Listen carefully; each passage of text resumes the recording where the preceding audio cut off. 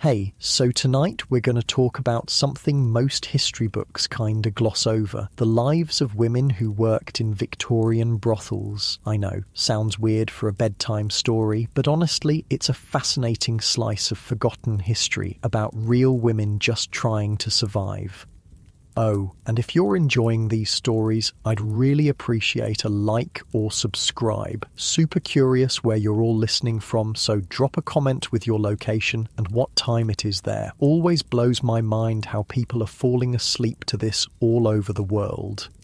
Alright, find that cozy spot, take a nice slow breath and just let your body sink into whatever you're lying on. We're heading back to Victorian London and trust me, you're going to be real grateful for that mattress by the time we're done. So congratulations, you just woke up in London 1857, the peak of the Victorian era. It's early morning, maybe 5 or 6, and you're not in some fancy 4-poster bed. You're lying on a slightly lumpy horsehair mattress with a thin woolen blanket pulled over you. The sheets aren't fresh, they're changed once a week at best, and they carry the faint scent of cheap lavender water that doesn't quite mask the mustiness beneath. The room is chilly. Coal for the small fireplace is strictly rationed, especially in the morning hours. The walls are covered in faded floral wallpaper, peeling slightly at the corners where dampness has seeped in. There's a persistent smell that hits your nose, a mixture of coal smoke from thousands of chimneys, the nearby Thames with its distinct aroma of mud and sewage, and something sweeter and more chemical, the perfumes and cosmetics that are tools of the trade here. You're in a room at the back of a brothel in the Haymarket area of London. Not the worst establishment, not by a long shot, but certainly not one of the high-class ones either. You share this small room with another woman. She's still asleep on the other narrow bed, her breathing deep and steady. Shifting slightly, you feel the springs of the mattress creak beneath you. You stretch your legs, pointing your toes, feeling that tension and then the relief as you relax again. That's nice, just taking a moment before the day begins.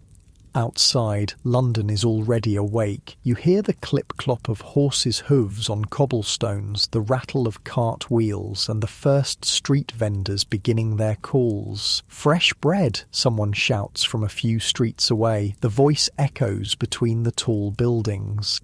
"This is your life, Mary. They call you here, though that's not the name your mother gave you. You've been at this house for nearly 2 years now, which makes you something of a fixture. You've seen girls come and go. Some moved up to better houses. Some disappeared back to the poverty they came from. Some fell ill and never recovered."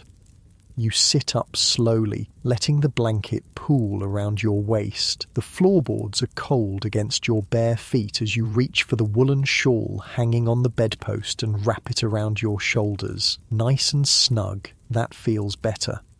On the small table between the beds sits a chipped ceramic pitcher and basin. The water inside has a thin film of ice on top. Winter in London is brutal. You break it with your finger, the cold water stinging your skin before splashing your face. The shock of it fully wakes you, your breath catching for a moment before steadying again. Now let's talk about how you ended up here, in this room, in this life, because the story might not be what you'd expect. You weren't kidnapped or sold into this work as a child, though that happened to some girls, especially the very young ones. You weren't seduced and abandoned by some gentleman, left pregnant and destitute, though that too was a common enough tale. No, your path was more mundane, and in many ways more representative of how most women found themselves in this profession. You were a seamstress, a good one, with nimble fingers and a keen eye for detail, but there were hundreds of women like you in London, thousands even, all competing for the same poorly paid work. The British Quarterly once noted that compared to the drudgery of a dressmaker's apprentice, factory work was mere play, and they weren't wrong. You would work 14, sometimes 16 hours a day, straining your eyes in poor light, your fingers cracked and bleeding in winter, and for what?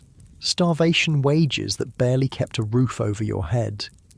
You lean back against the wall now, feeling its solid support behind you. Taking a deep breath, you roll your shoulders, feeling some of the tension release. That's better, just easy and relaxed now. You remember the turning point clearly. It was winter, 3 years ago. You hadn't eaten in 2 days. The room you rented was unheated, and you could see your breath misting in the air as you worked frantically to finish a commission that might pay enough for a week's lodging.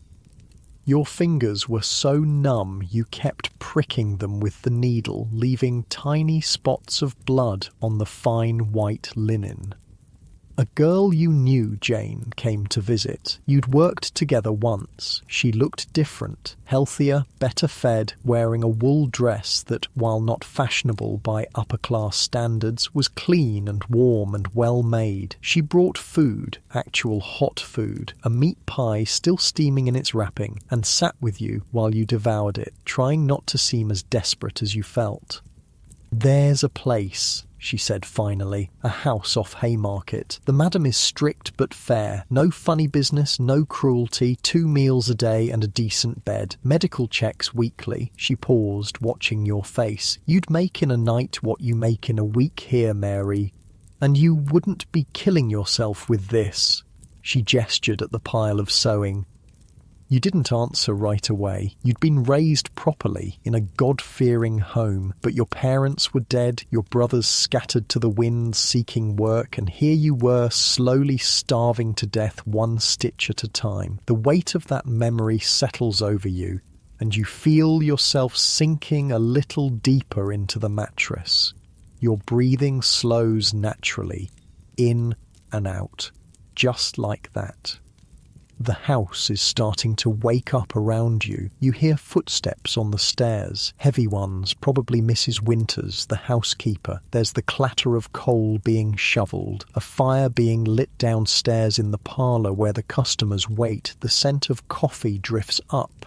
Real coffee, not chicory. This house prides itself on small luxuries.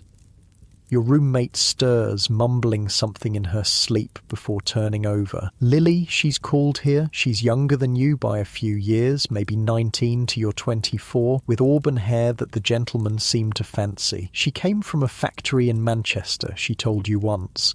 The noise of the looms had made her partially deaf in one ear. Time to get up properly. You have routines to follow, expectations to meet. Mrs. Winters runs a tight ship, and tardiness isn't tolerated. The madam, Mrs. Cartwright to her face, though the girls call her Carty when she's not around, expects everyone downstairs and presentable by noon. The brothel operates on a precise schedule. Mornings are for cleaning, bathing and rest. Afternoons see a few regular customers, businessmen on extended lunch breaks mainly. Evenings and nights are the busiest times, with the house often full until the early hours. But now, in this quiet morning moment, you take your time. You reach for the tin on the bedside table and remove the small lump of beeswax inside. Warming it between your palms, you then smooth it over your chapped lips. Another small luxury. Mrs. Cartwright insists that the girls take care of themselves. "You're selling an illusion, girls," she often says. "Gentlemen don't want to see the reality of a working woman's life." You find yourself nodding slightly at the thought. Good advice, really. Most of the men who visit don't want reality. They want fantasy, escape, something different from their respectable wives and homes, something that makes them feel special or powerful or simply seen. Standing up, you stretch fully, arms reaching toward the low ceiling, feeling the pleasant pull in your muscles. Your nightdress, a simple cotton affair, nothing like the silk and lace confections you wear for work, falls around your ankles as you move to the small wardrobe. During the day, when not entertaining, you wear ordinary clothes, a simple dress, practical shoes, nothing that would mark you out as different from any other working woman on the streets of London. That's important. While brothels themselves aren't illegal, public solicitation is. The police generally leave established houses alone, especially those that pay the expected bribes, but discretion is still necessary. You select a dark blue dress, slightly faded but well mended, and lay it on the bed. Getting dressed is a slower process than it will be later when you might need to change quickly between customers. Now, you can take your time, enjoying the routine of it. Stockings first, then petticoat, then corset, not tightly laced during the day, just enough to provide structure. As you dress, you think about the day ahead. Tuesday is usually quiet. There might be a few regulars in the afternoon. Mr. Phillips, the bank clerk who visits every other week and mainly wants to talk about his stamp collection. Or perhaps the nervous young man who gives his name as Smith and never stays longer than 15 minutes. Outside, the sounds of London grow louder as the morning advances. A group of children run past below the window, their shrill voices rising above the general din. A dog barks somewhere nearby. A street vendor begins his melodic call, "Knives to grind, knives to grind." The normality of it all still sometimes strikes you as strange. This life, this work that society condemns as the ultimate female degradation happens right alongside ordinary London life. The baker delivers fresh bread to the brothel just as he does to the respectable boarding house next door. The coalman, the iceman, the laundress, all come and go, providing the same services they provide to any household. You sit back down on the edge of the bed, taking a moment just to breathe. In through your nose, out through your mouth. Nice and easy, that's it. There's a quiet knock at the door. "Hot water, miss," comes a voice. Young Betsy, the maid of all work. She's only 13, too young for the house's main business. Mrs. Cartwright took her in when she found her begging on the street, half-starved. Now she helps the housekeeper, runs errands, and sleeps in a tiny room off the kitchen. In a few years she'll likely join the other girls, but for now she's protected, which is more than can be said for many children on London's streets. "Come in, Betsy," you call. The door opens and the girl enters, carrying a large jug of steaming water. Her face is freshly scrubbed, her brown hair neatly braided. "Morning, Miss Mary," she says cheerfully, pouring the hot water into your basin. "Cold one today. Mrs. Winters says there might be snow later." "Thank you, Betsy," you say, giving her a smile. "Had your breakfast yet?" "Yes, miss. Cook made porridge with treacle. There's coffee in the kitchen if you want some, and fresh bread too. This is another thing that makes this house better than some. Regular meals, decent food. In the worst brothels, girls might go hungry if business is slow, or be fed scraps barely fit for consumption. Here, Mrs. Cartwright understands that healthy girls earn more money." Betsy leaves and you wash properly with the hot water, enjoying the warmth on your skin. The routine is soothing. Face first, then neck, arms, under your arms, and finally a quick rinse of your most intimate areas. Full bathing happens twice a week in this house. Wednesdays and Sundays. In the copper tub that's brought into the kitchen. It's more frequent than many respectable working-class women manage, actually. Once washed, you feel more human. You run a comb through your hair, dark brown, thick, reaching halfway down your back when loose. For daytime, you twist it into a simple knot at the nape of your neck. Later, for work, you'll style it more elaborately, perhaps with the artificial hairpiece that adds volume and curls. There's a small mirror propped on the dresser, its silver backing spotted with age. You check your reflection briefly. Your face is looking better than it did in your seamstress days. Regular food has filled out the hollows in your cheeks, added a healthier colour to your skin. Your eyes, though, they've changed. More guarded now, more watchful. You've seen things, know things that the innocent girl from the countryside never imagined.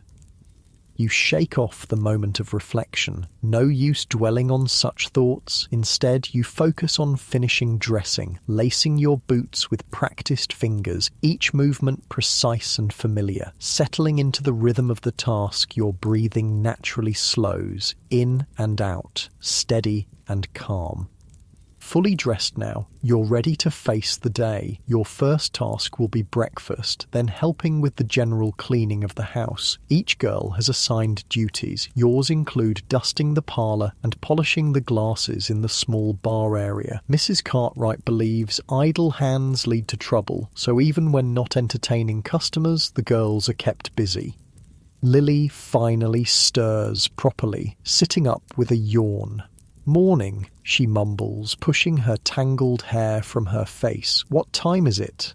"Just past 7, you tell her. "Plenty of time yet." She nods, stretching her arms above her head. "Had that dream again," she says. "The one about the seaside. Have you ever been, Mary? To the sea?" "Once," you say, remembering a rare family outing years ago. "Brighton, when I was small." "I'd like to go someday," Lily says, her voice wistful. "They say the air is different there, cleaner, that you can breathe proper." This is a common dream among the girls, saving enough to escape London to start fresh somewhere else. Some manage it, most don't. The money that seems so good compared to other women's work still slips away, some to lodging and food, some to clothes and necessities for the job, some to small comforts and luxuries that make the life bearable. "You will," you tell her, though you're not sure you believe it. "Keep putting something aside each week, even just a shilling. It adds up." She nods, but you both know how hard it is to save. There's always something: a toothache needing treatment, a dress torn beyond mending, a friend in desperate need. Life has a way of consuming whatever small buffer you try to build. You feel a moment of heaviness at the thought, then consciously let it go. Your shoulders drop slightly as you exhale. "That's better. Just easy now. I'll see you downstairs," you tell Lily, who's finally getting up. "Don't be too long. Mrs. Winters was stomping about earlier, and you know what that means?" "She's in a mood," Lily agrees with a grimace. "I'll hurry." You leave the room, closing the door quietly behind you. The narrow hallway is dimly lit with worn carpet running its length. There are 4 other bedrooms on this floor, all similar to yours. Downstairs are the public rooms, the parlour where customers are received, a small dining room, the kitchen and servants' quarters at the back. The best bedroom, reserved for Mrs. Cartwright's personal use, is on the ground floor, allowing her to monitor comings and goings.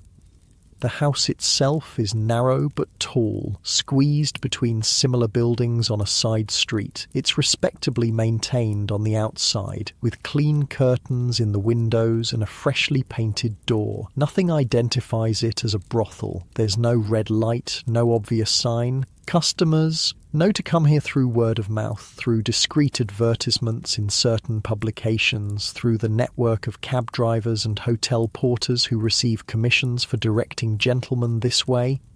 As you descend the stairs, the smell of coffee grows stronger, mingling now with baking bread and frying bacon. Your stomach rumbles in response. The wooden stairs creak slightly underfoot, a homely, familiar sound. You run your hand along the banister, feeling its smoothness from years of similar touches. The house is warming up now as fires are lit in the main rooms. That persistent London chill is retreating, at least within these walls. You can hear the housekeeper's voice from the kitchen giving instructions to the cook, the normal domestic sounds of any household beginning its day. And for now, in this moment, it could almost be any house, any life. There's a rhythm to the morning that's soothing in its predictability, a pattern that carries you forward, one step at a time, through each day. You feel your body settling into that rhythm, your breathing matching its gentle pace, in and out, easy and calm. You pause at the bottom of the stairs, taking a moment just to be. Your muscles feel loose and comfortable, your mind quiet. Despite everything, there's a certain peace in this moment, in the simple fact of being alive, of having survived another night in a city that devours so many. The kitchen door is open, warm light spilling into the hallway. You can see the cook at the stove, her broad back turned to you as she works. Betsy is setting the table in the corner where the servants and girls eat together. Mrs. Winters is reading a letter, her spectacles perched on her nose, her grey hair neatly tucked under a cap. An ordinary scene, a moment of calm before the complex dance of the day begins. You take a deep breath, filling your lungs completely, and then release it slowly. Your shoulders drop, tension flowing away like water. You're ready now.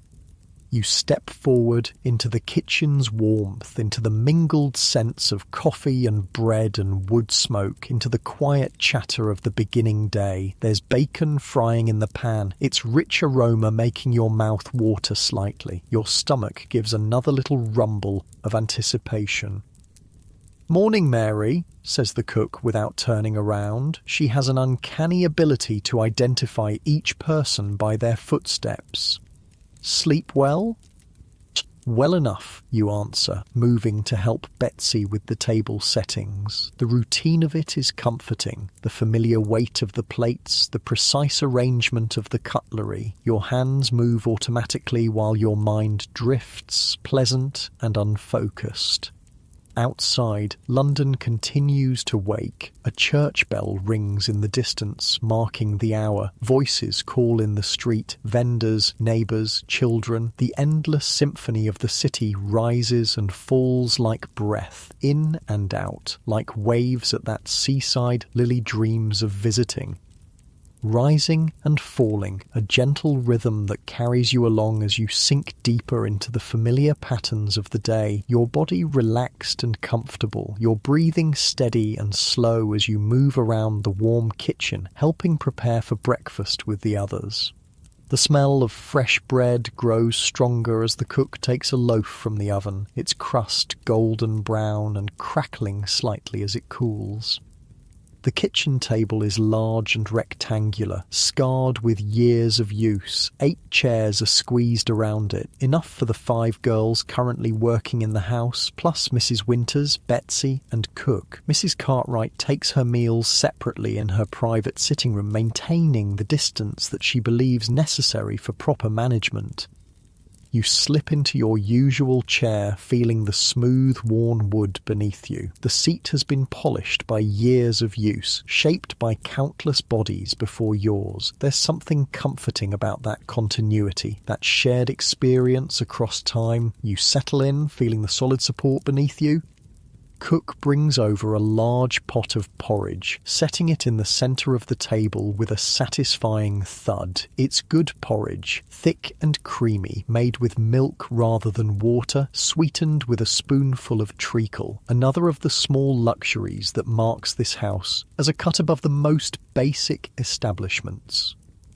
"Eat up while it's hot," Cook says, her broad face flushed from the stove's heat. She's a widow in her 50s, came to work here after her husband's death left her destitute, never comments on the nature of the business, just cooks and keeps to herself, makes sure the girls eat properly, believes good food is the foundation of health. You help yourself to a generous bowl, the steam rising in fragrant curls. The first spoonful is hot and sweet on your tongue, the texture smooth and comforting. You close your eyes briefly, just enjoying the simple pleasure of good food when you're hungry.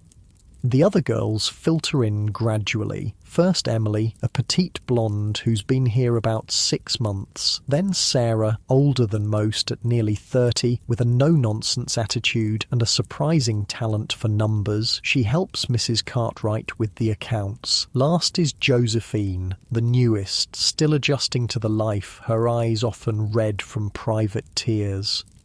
Lily finally appears, hair hastily pinned up, still looking half asleep. She slips into the chair beside you just as Mrs. Winters begins serving the coffee. "Nearly missed breakfast," you murmur, passing her the porridge pot. "Worth it for an extra 10 minutes in bed," she whispers back with a small smile. The coffee here is another luxury, real coffee, not the chicory substitute that most working-class households make do with. It's strong and hot, sweetened with sugar for those who want it. You cradle the cup in both hands, feeling its warmth seep into your fingers. Nice and cosy. The rich aroma rises with the steam, rich and slightly bitter. Breakfast is a mostly quiet affair. There's an unspoken rule against discussing business this early. Instead, the conversation drifts to ordinary topics. The weather, a funny story about the butcher's delivery boy slipping in the alley yesterday, speculation about whether the greengrocer's wife is expecting again. Normal conversation, everyday matters, the kind of talk that happens around thousands of breakfast tables across London every morning. This normalcy is important, a reminder that despite the nature of the work, this is also just a place where people live, eat, sleep, and go about their daily business. You feel yourself relaxing into this ordinary moment, your shoulders dropping slightly, your breathing deep and even. The food settles warm in your stomach, providing energy for the day ahead. You take another sip of coffee, savouring the rich bitterness. After breakfast, the day's chores begin. The house runs on a strict schedule with specific tasks assigned to each girl, not just for efficiency, but because Mrs. Cartwright believes that routine and responsibility help maintain order and prevent the chaos that plagues less well-run establishments. Today, your morning duties include dusting the parlour and polishing the glassware in the small bar area. Simple, repetitive tasks that allow your mind to wander while your hands stay busy. There's something meditative about such work. The regular motion, the gradual transformation from dusty to clean, dull to shining. The parlour is the main public room of the house, where customers are first received. It's decorated in a style that might be called respectable with hints of luxury. Solid furniture in dark wood, upholstered in red velvet that's slightly worn at the arms but still plush. Heavy curtains in a matching shade tied back during the day to admit what little London sunlight filters through the perpetual haze of coal smoke. A few carefully chosen paintings on the walls, landscapes mostly, with one mildly suggestive classical scene featuring draped nymphs. Nothing too obvious, nothing that would immediately identify this as a brothel to a casual observer. That's deliberate. Maintaining a veneer of respectability protects everyone. If a police officer did enter, there would be nothing immediately incriminating to see. Just a private home with several young women in residence. Suspicious perhaps, but not definitively illegal. You begin your dusting, working methodically around the room. Feather duster first for the larger surfaces, then a slightly damp cloth for the more detailed work. The familiar motions are soothing, requiring just enough attention to keep your mind occupied without demanding deep concentration. As you work, you can hear the house around you, Mrs. Winters instructing Betsy on the proper way to black the kitchen range, cook humming tunelessly as she kneads dough for the day's bread, Lily's light footsteps overhead as she makes the beds, ordinary domestic sounds that could belong to any household. The mantelpiece holds several ornaments, a china shepherdess, a small brass clock, a pair of decorative urns. You dust each carefully, replacing them in exactly the same positions. Mrs. Cartwright notices if things are moved even slightly. The clock ticks steadily, marking the peaceful morning rhythm. Through the window you can see a slice of London life. A maid beating a rug in the small yard behind the house next door. A cat picking its way fastidiously along a garden wall. A boy running with a message clutched in his hand. You move to the small bar in the corner of the room. It's not elaborate, just a cabinet containing glasses and a few bottles of spirits. Most customers are offered a glass of sherry or brandy when they first arrive. A social nicety, a way of easing the transaction. The The glasses need polishing. They develop a film in London's sooty air even when not used. You take each one, breathing gently on it before rubbing with a soft cloth in circular motions. The glass makes a soft squeaking sound as it comes clean, reflecting the dim light in gleaming facets. The repetitive motion is almost hypnotic, round and round. Your breathing naturally synchronizes with the movement, in as you begin the circle, out as you complete it, slow and steady. Your hands know just how much pressure to apply, enough to clean effectively without risking breaking the delicate crystal. Time passes peacefully as you work. The morning light shifts gradually, painting slow-moving patterns on the floor. Your mind drifts to pleasant, undemanding thoughts. The afternoon ahead, the book you're slowly reading in your spare moments, Dickens' latest, borrowed from Sarah, who gets them from a customer who owns a bookshop, the new ribbon you might buy for your hair if business is good this week. Simple thoughts, immediate concerns. You've learned not to dwell too much on the past or worry too far into the future. This life teaches you to exist primarily in the present, to take each day, each hour, each moment as it comes. The sound of the front door opening and closing brings you back to full awareness. Heavy footsteps in the hallway, a man's tread, then Mrs. Cartwright's voice, pitched lower than she uses with the girls, her tone professional but welcoming. "Good morning, Doctor. Thank you for coming so promptly." It's Wednesday, medical examination day. Every week the doctor visits to check the girls for signs of disease. It's one of Mrs. Cartwright's strictest rules, and one of the reasons her house maintains its reputation. In many brothels, disease runs rampant, with devastating consequences for both the women and their customers. Here, any girl showing symptoms is immediately removed from work and treated, expensive in the short term, but ensuring the long-term viability of the business. You finish polishing the last glass, setting it carefully in place. The doctor's arrival means a change in the day's rhythm. Examinations will take most of the morning, conducted in Mrs. Cartwright's private sitting room, converted temporarily into a consulting room. Each girl will be seen individually, the results recorded in a small notebook that Mrs. Cartwright keeps locked in her desk. You return the polishing cloth to the kitchen, where Mrs. Winters is now supervising Betsy's efforts at vegetable preparation. Carrots and onions are being chopped for the midday stew, their fresh, earthy scent mingling with the yeasty smell of rising bread dough. "Parlour's done, you tell Mrs. Winters. Shall I help here until the doctor's ready for me?" She looks up from inspecting Betsy's knife technique.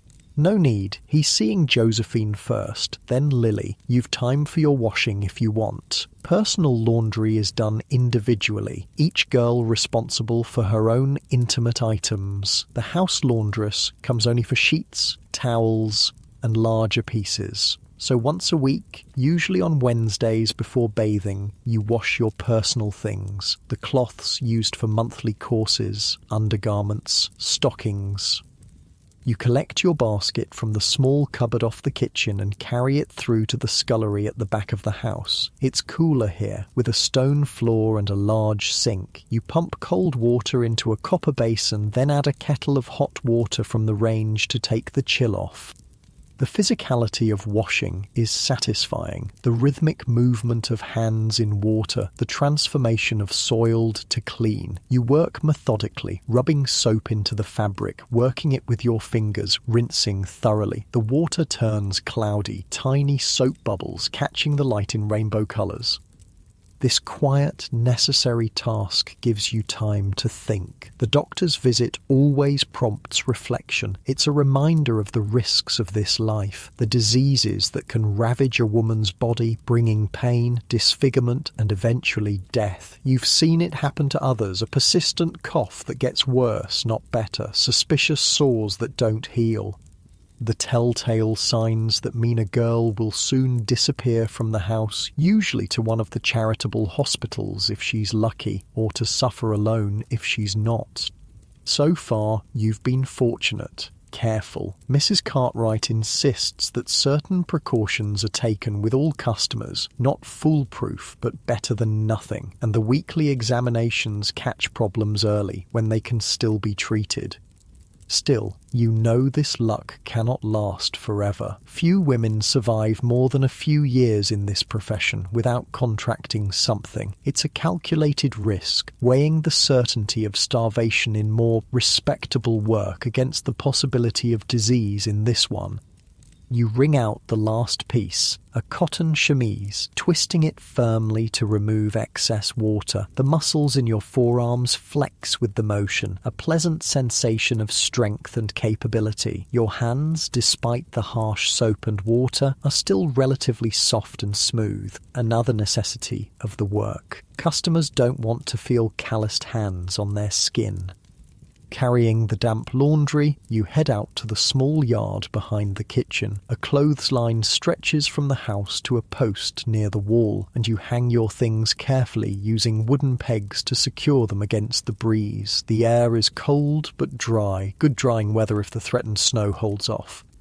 The yard is tiny, just a small rectangle of flagstones with a few struggling plants in pots, but it's open to the sky, and after the confines of the house, you take a moment just to breathe the outside air. It's not fresh by any rural standard. London's atmosphere is always tainted with smoke and fog, but it's cooler and cleaner than inside. You tilt your face up, feeling the weak winter sunlight on your skin. A rare moment of pure physical pleasure, asking nothing of you, just the sensation of light and air. Your breathing deepens naturally, your chest expanding more fully. That feels good, just taking a moment for yourself. The back door opens and Lily pokes her head out. "Doctor's almost done with me. You're next," she says. Then, noting your upturned face, "Anything interesting up there in the sky?" You smile, lowering your gaze. "Just the usual. Sun, clouds, freedom." She snorts softly, understanding the half-joke. "Well, come in before you freeze. Mrs. Winters is heating water for tea, and Cook's made those currant buns you like." The promise of warm food and drink is tempting after the cold yard. You follow Lily inside, feeling the heat of the kitchen envelop you like an embrace. The contrast makes your skin tingle pleasantly as circulation returns to your chilled fingers. The kitchen is the heart of the house, the warmest room where everyone gravitates in their free time. Now, with midday approaching, it's busy with food preparation. Cook stands at the large table, rolling out pastry for a meat pie, her strong arms dusted with flour to the elbows. Mrs. Winters sits in the corner chair that's unofficially hers, darning a stocking with tiny, precise stitches. Betsy moves between them, fetching, carrying, learning by observation and instruction. You accept a mug of tea from Lily, wrapping your hands around its warmth. The steam rises, carrying the fragrant, slightly bitter aroma. You blow gently across the surface, watching the ripples spread in concentric circles. Something soothing about that simple physics. Action and reaction, cause and effect, predictable in an unpredictable world. "How was it?" you ask Lily quietly, referring to the examination. She shrugs. "Same as always. Cold hands, few questions, right in the book. All clear." She hesitates, then adds in an even lower voice, "Josephine wasn't, though. I heard Mrs. Cartwright telling her she's on rest for at least a week, medicine 3 times daily." You nod, unsurprised. Josephine has looked peaky lately, with dark shadows under her eyes and a persistent cough. Nothing serious yet, probably just the beginning of something that can be treated, but a reminder of the sword that hangs over all of you. A bell rings from the front of the house. Mrs. Cartwright summoning the next girl for examination. "That's you," Lily says, taking a bite of her currant bun. "Don't worry, he's in a good mood today. Barely poked at all." You set down your tea with a small sigh of regret. It was just reaching the perfect drinking temperature, but the doctor won't be kept waiting. His time is valuable, his services in demand across several similar establishments. Moving through the house toward Mrs. Cartwright's sitting room, you straighten your dress and smooth your hair automatically. Professional habits, ingrained after 2 years. Always present yourself well, even for something as clinical as a medical examination. The sitting room has been transformed for the doctor's visit. The small rosewood desk is cleared of its usual papers and ornaments, covered now with a clean white cloth. Upon it rest the tools of the doctor's trade: a stethoscope, small glass bottles of various solutions, a notebook and pencil. The comfortable armchair has been pushed back to make room for a straight-backed wooden chair positioned to catch the best light from the window.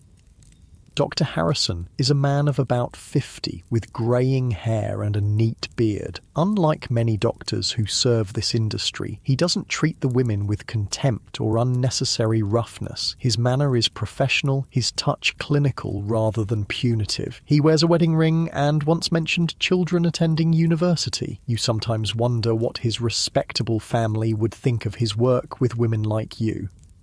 "Ah, Mary," he says, looking up from washing his hands in a basin. "How have you been keeping? Any concerns to report?" This is his standard opening, an acknowledgement that you're a person, not just a body to be examined, a small courtesy that matters more than it should. "Well enough. Thank you, Doctor," you reply. "No concerns." He nods, drying his hands on a clean towel. "Good. Good.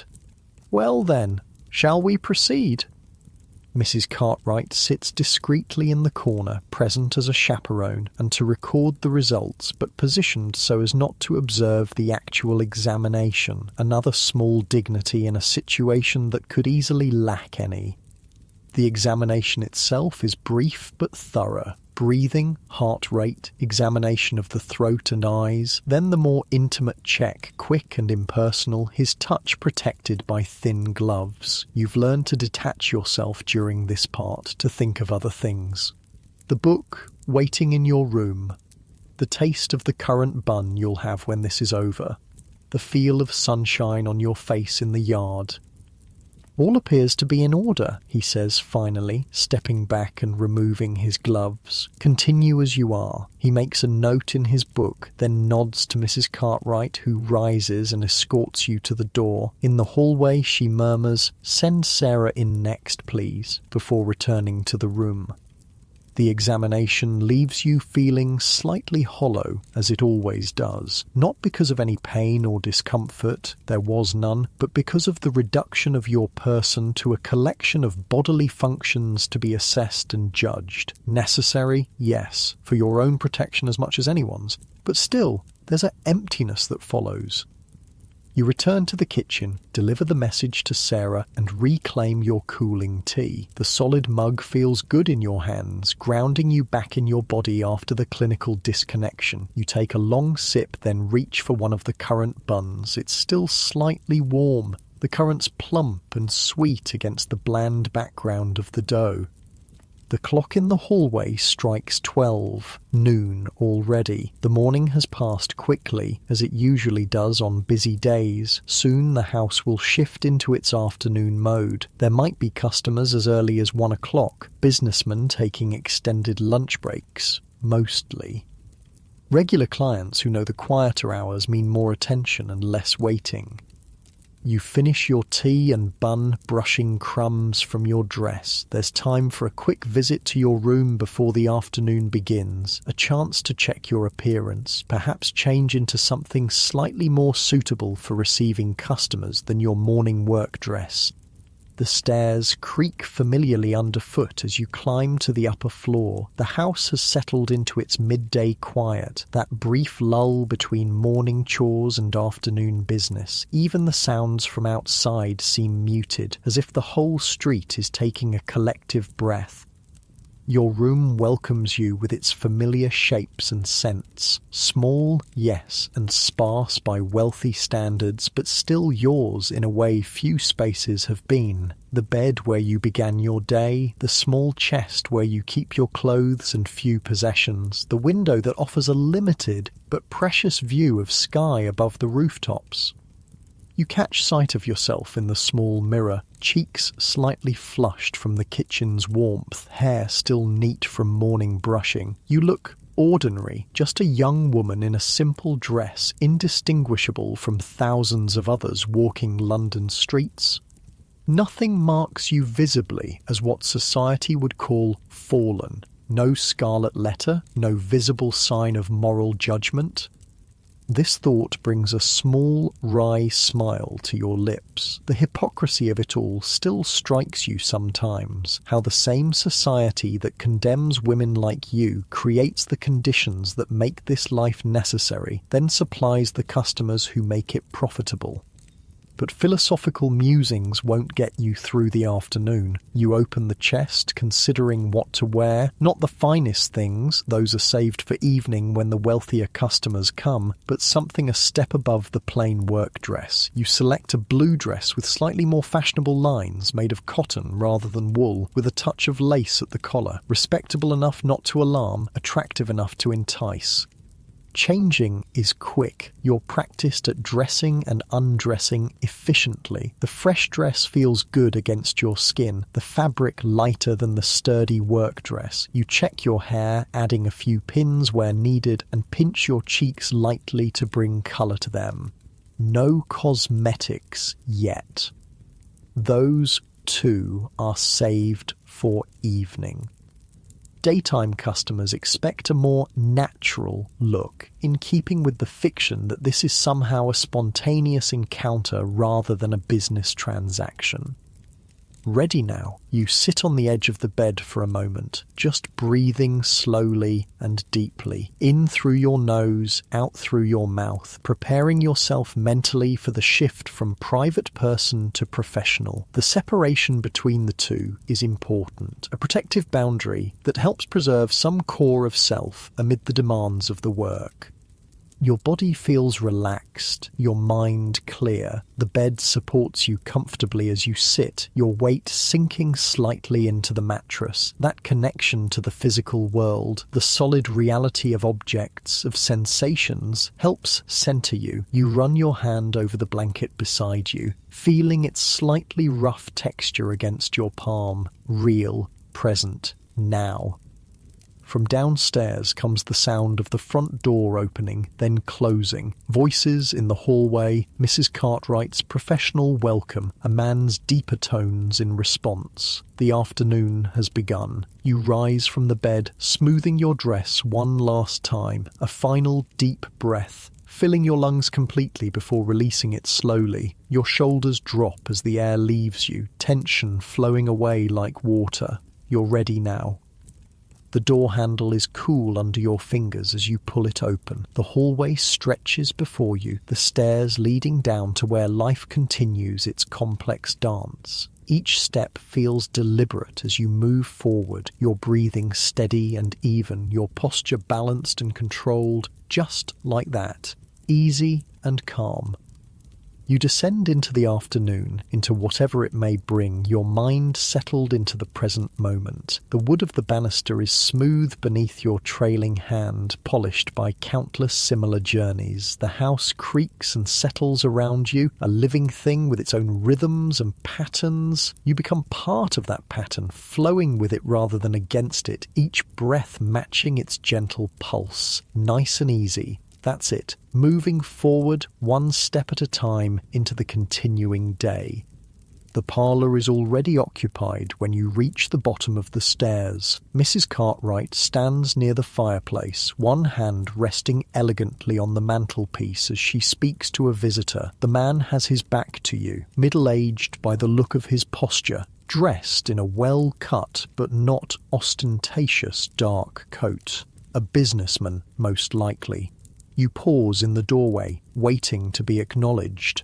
Mrs. Cartwright glances up, gives you a slight nod, permission to enter.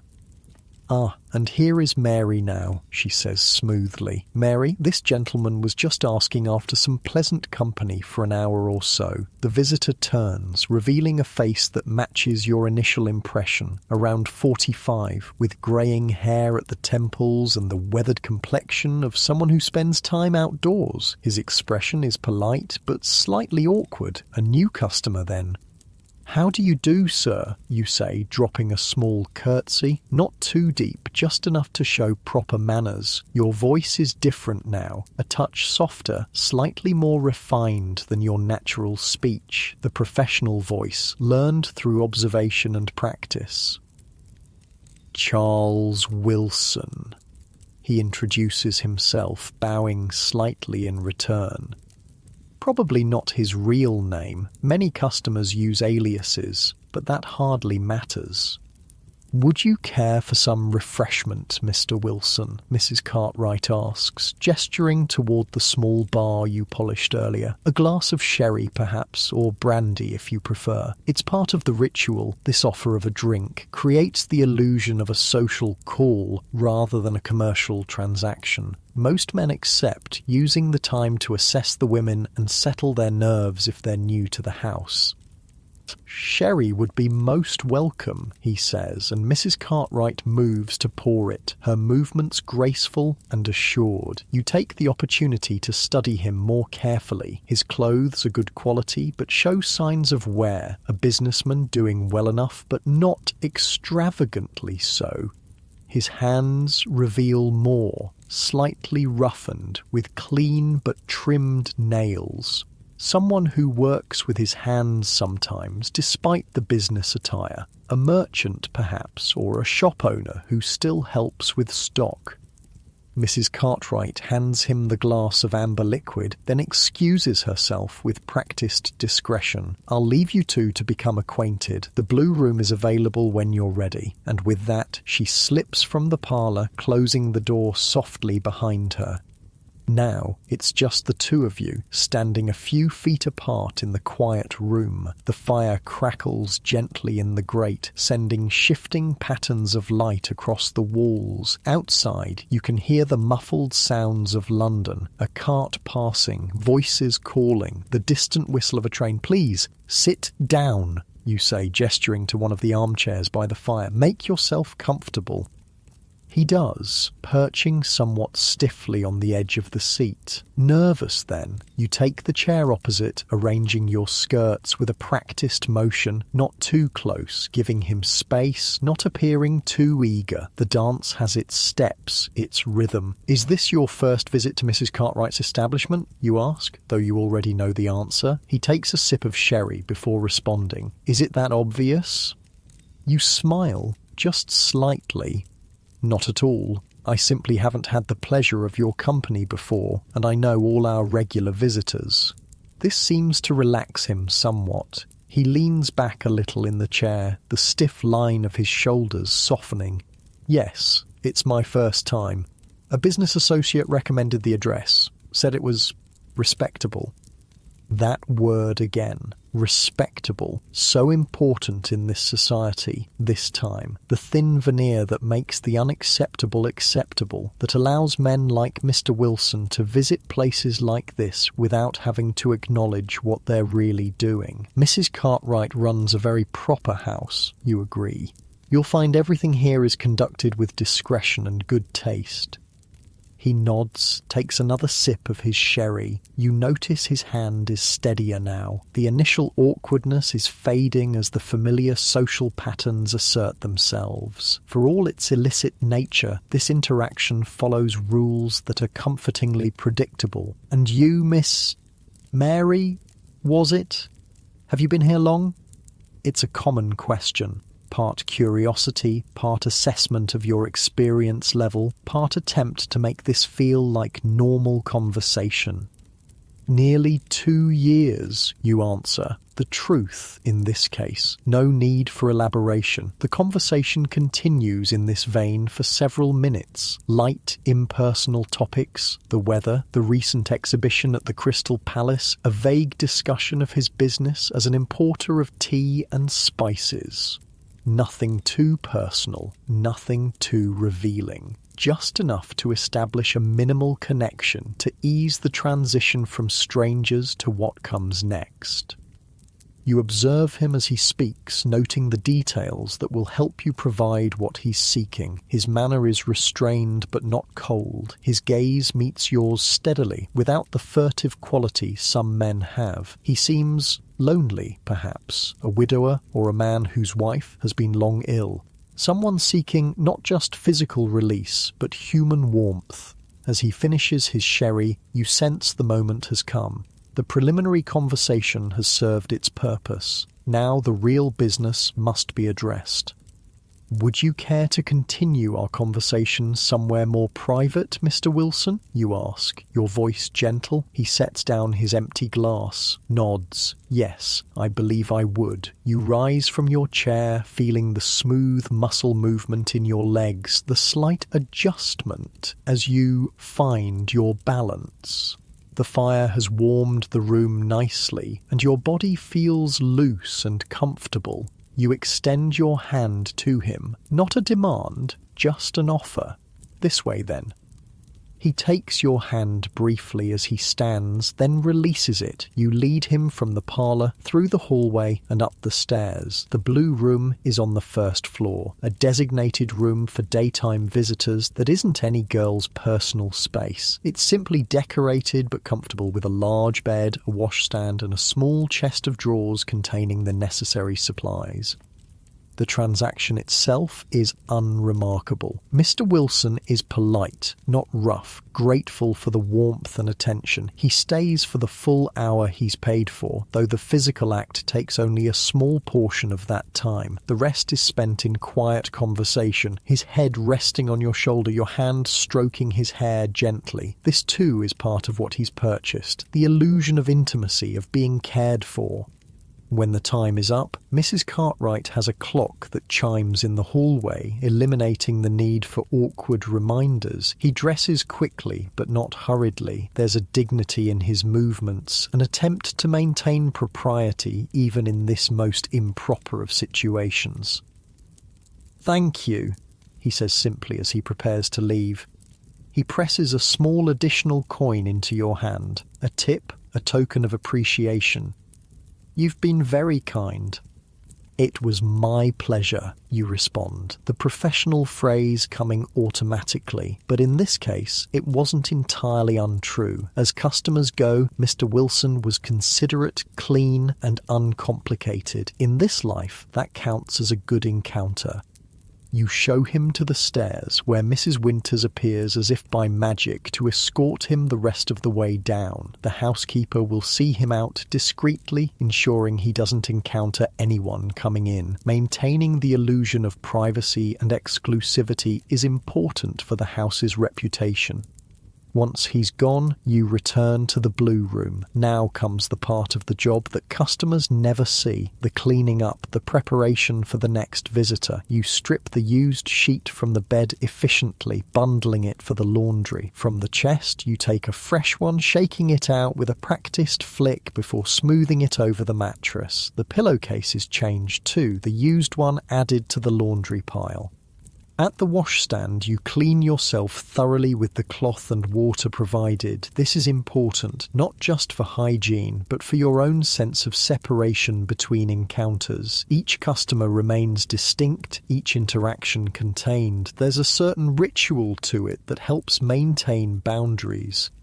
The used water is dumped into the slop bucket beneath the stand to be emptied later by Betsy. You refill the basin from the large pitcher, making sure everything is ready for the next use. The towels are straightened, the small cake of soap repositioned on its dish.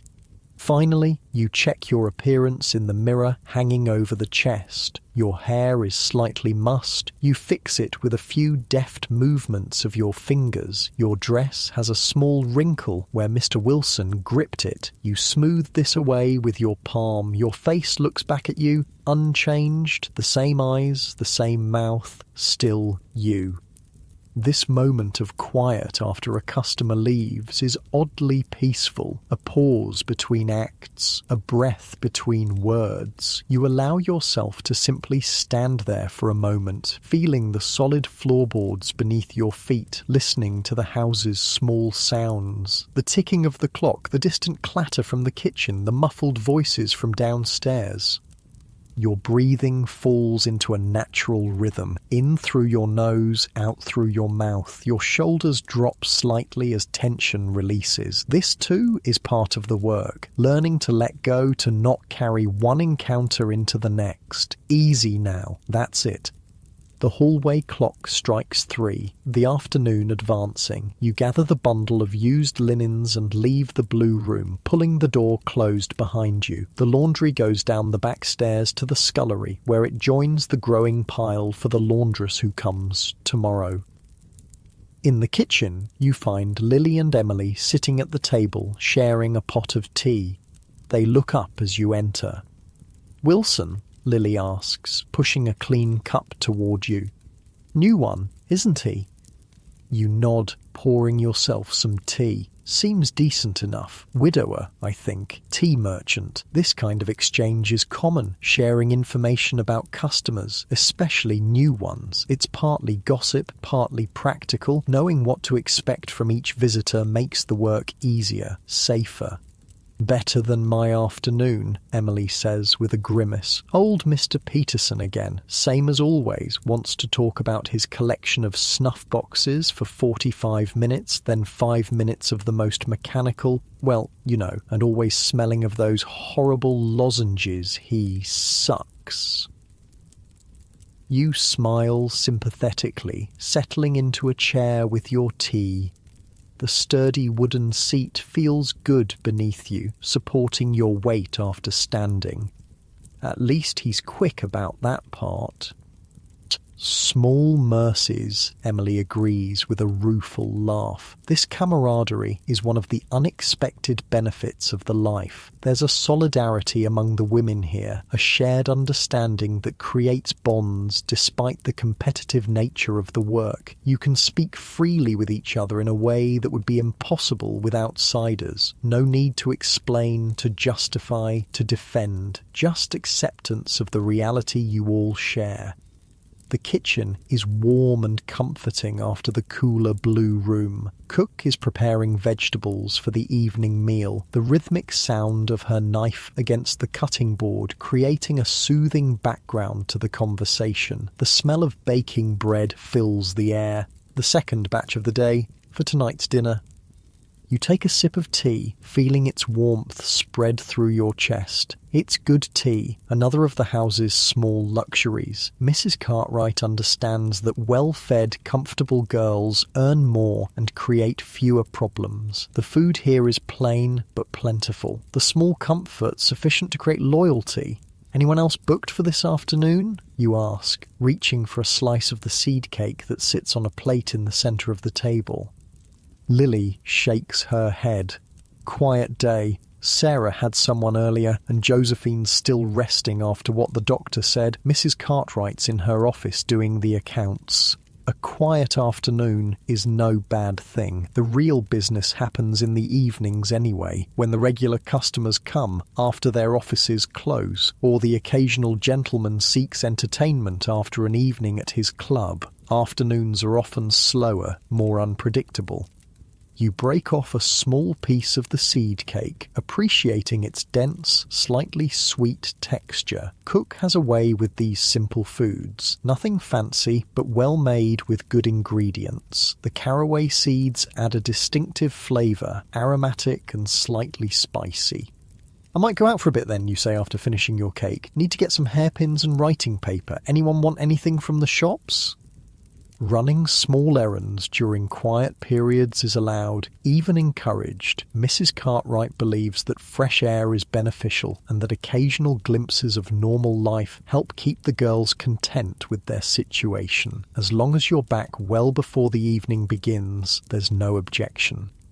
Both Lily and Emily decline the offer of shopping, so after finishing your tea, you head upstairs to get your shawl and purse. The small leather purse contains your personal money, tips from customers, the small weekly allowance Mrs. Cartwright provides beyond room and board. Not much, but enough for small purchases and the occasional treat. Your shawl is wool, dark blue and warm, if somewhat plain. Nothing that would mark you out as different from any other working woman doing her shopping. You wrap it around your shoulders, feeling its familiar weight settle comfortingly. The wool is slightly scratchy against your neck, but in a pleasant way, grounding you in physical sensation. The streets outside are busy with afternoon activity. Delivery carts rumble over the cobblestones, servants run errands for their employers, street vendors call their wares. You join this flow of humanity, anonymous in your plain dress and shawl. No one looking at you would guess your profession. You're just another young woman going about her business. There's freedom in this anonymity, in these brief excursions into ordinary life. The simple pleasure of walking at your own pace, choosing your own direction. Your muscles work smoothly as you navigate the uneven pavement, your breathing deepening naturally with the exercise. The cool air feels good on your face after the enclosed warmth of the house. The haberdashery is your first stop, a small shop tucked between a greengrocer and a bookbinder. The bell above the door jingles as you enter, and the proprietress looks up from her work, her spectacles perched on the end of her nose. "Afternoon, miss," she says, neutral but not unfriendly. "What can I help you with today?" "Hairpins, please," you reply. "The black ones, medium size." She nods, reaching beneath the counter for a small box. 6pence for a dozen. Good quality these, won't bend out of shape like the cheap ones. You count out the coins carefully. Not that money is particularly tight at the moment, but habits of economy are deeply ingrained. The proprietress wraps the hairpins in a small paper packet, passing it across the counter with a business-like nod. Next is the stationer's, 3 streets over. Here you purchase a small packet of writing paper and envelopes and a new pencil. The elderly man who serves you is more talkative than the haberdashery woman, commenting on the weather, asking if you're buying the paper for correspondence with a sweetheart. You smile and make non-committal responses, playing the role of a respectable young woman with perfect conviction.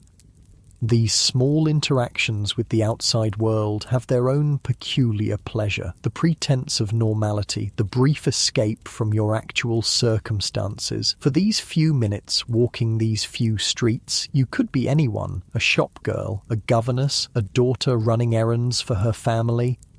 But the fantasy has its limits, its boundaries. There are streets you don't walk down, shops you don't enter. The respectable tea room where ladies meet their friends is not for you. The church with its judgmental spire seems to follow you with invisible eyes. Even in anonymity, there are reminders of your place. Your final stop is the baker's, where you indulge in a small luxury, a jam tart, the pastry still slightly warm, the strawberry filling sweet and tangy. You eat it as you walk, savouring each bite, licking a spot of jam from your finger with simple pleasure. Small joys, immediate satisfactions, that's the currency of this life. The walk back to the house is slower, more meandering. You're in no hurry, and the activity feels good after a morning mostly spent indoors. Your body moves easily, muscles working in familiar patterns, joints flexing and extending with each step. There's a satisfaction in this basic functioning, this physical capability. Your lungs fill and empty, your heart beats steadily, your eyes take in the complex visual tapestry of the London street. Just existing, just being. By the time you return to the house, the afternoon is advancing toward evening. The quality of light is changing, the shadows lengthening, the air taking on the particular golden hue that precedes sunset. You unlock the front door with your key. Each girl has another mark of Mrs. Cartwright's trust and good management, and step back into the warm interior. The house feels different now, charged with a subtle energy. Evening preparations are underway. You can hear movement upstairs, voices calling between rooms. The shift is beginning from the quieter daytime rhythm to the busier evening pace. Mrs. Winters intercepts you in the hallway, her practical face set in its usual expression of mild disapproval. There you are. Mrs. Cartwright wants everyone ready by 7 tonight. We've had several messages. Could be a busy evening. You nod, already mentally adjusting your plans. I'll start getting ready then. Has Cook said when dinner will be? 5:30. Early tonight because of the bookings? She eyes the small packages in your hands. Got what you needed, did you? Yes, thank you. You hold up the paper packet of hairpins as evidence. She nods, satisfied, and continues on her way toward the kitchen, her keys jingling softly at her waist. Mrs. Winters doesn't disapprove of you personally. She's fair in her way, but her position requires a certain austerity, a distance from the girls whose work she facilitates, but doesn't engage in. Upstairs, the atmosphere is one of purposeful activity. Doors stand open along the hallway, the girls moving between rooms, borrowing items, calling advice to each other. Evening preparation is both individual and communal, each woman responsible for her own appearance, but all helping each other with the parts that are difficult to manage alone. In your room, you find Lily already half-dressed in her evening clothes, struggling with the buttons down the back of her green silk dress. You set down your purchases and move to help her, your fingers working nimbly at the small fabric-covered buttons. Thanks, she says with relief. Thought I'd get a head start since Mrs. Winters said it might be busy. Good idea. You finish the last button and step back to assess the effect. The green looks well on you, brings out your eyes. She turns to examine herself in the small mirror, patting her auburn hair, which is already arranged in an elaborate style with borrowed hairpieces to add volume. Do you think? Not too gaudy? Not at all. Elegant, but noticeable. Perfect. This exchange of compliments and reassurance is another part of the preparation ritual. The evening clothes are a costume of sorts, a uniform for the role you'll all play later, more elaborate than daytime wear, more revealing in some ways, though still within certain boundaries of taste. Mrs. Cartwright doesn't approve of the garish styles worn in lower establishments. No bright reds or excessive cosmetics here. Lily leaves to finish her preparations elsewhere, and you begin your own transformation. First, a more thorough washing than the quick clean-up after Mr. Wilson. The water in the basin is cold now, but refreshing as you splash it over your face and neck, then use a cloth for the rest of your body. The chill raises small bumps on your skin, a not unpleasant sensation of aliveness. From the chest, you take your own evening clothes, a dress of deep blue silk, slightly faded but still elegant. The colour is good with your dark hair and eyes, the cut flattering to your figure without being obviously provocative. It's one of 3 such dresses you own, rotated carefully to extend their wear. Good clothes are an investment in this profession. They attract a better class of customer, command higher prices. Dressing is a methodical process. Fresh undergarments first, the fine cotton chemise and drawers that are another small luxury, so different from the rough fabrics of your seamstress days. Then the corset, which you can fasten at the front before turning it around and tightening the laces. Not too tight. You need to breathe comfortably, move easily, but enough to create the fashionable silhouette. The petticoats follow, adding volume to the skirt of the blue dress which comes last, settling over the foundations like the final layer of a complex confection. There's satisfaction in this building up, this creation of an image. The physical sensations ground you, the slight restriction of the corset around your waist, the swish of the petticoats against your legs, the smooth, cool touch of silk against your arms. Hair, is next. You take down the simple knot of daytime, brushing out the dark waves until they shine. The newly purchased hairpins are put to immediate use as you create a more elaborate arrangement, not as complex as what a lady's maid might achieve, but neat and becoming with soft curls framing your face and the mass secured at the back of your head. A light touch of cosmetics completes the transformation. Nothing obvious. Mrs. Cartwright insists on a natural appearance. Just a bit of rice powder to smooth the complexion, a touch of rouge for the cheeks and lips, carefully blended to avoid any artificial appearance. The effect is subtle but effective, a slight enhancement of your natural features, a fresh, healthy glow. The final touch is scent, not heavy perfume, but a delicate lavender water dabbed at pulse points, wrists behind ears, the hollow of your throat. The fragrance rises subtly with your body's warmth, a clean, pleasant aroma that masks any lingering traces of the day's activities. You step back, assessing the result in the mirror. The transformation is complete, from ordinary working woman to something more refined, more alluring. Not a lady, exactly. That fiction wouldn't be believable, but a woman of certain attractions, of particular charms. Someone worth spending time with, worth paying for.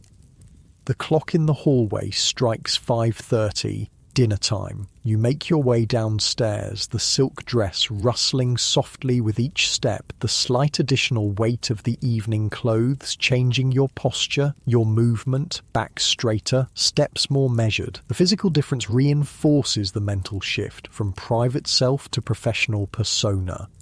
Dinner is served in the dining room rather than the kitchen, another distinction between day and evening routines. The table is set simply but properly, with clean linen and decent cutlery. Mrs. Cartwright joins the girls for this meal, sitting at the head of the table in her own evening dress of dark purple silk.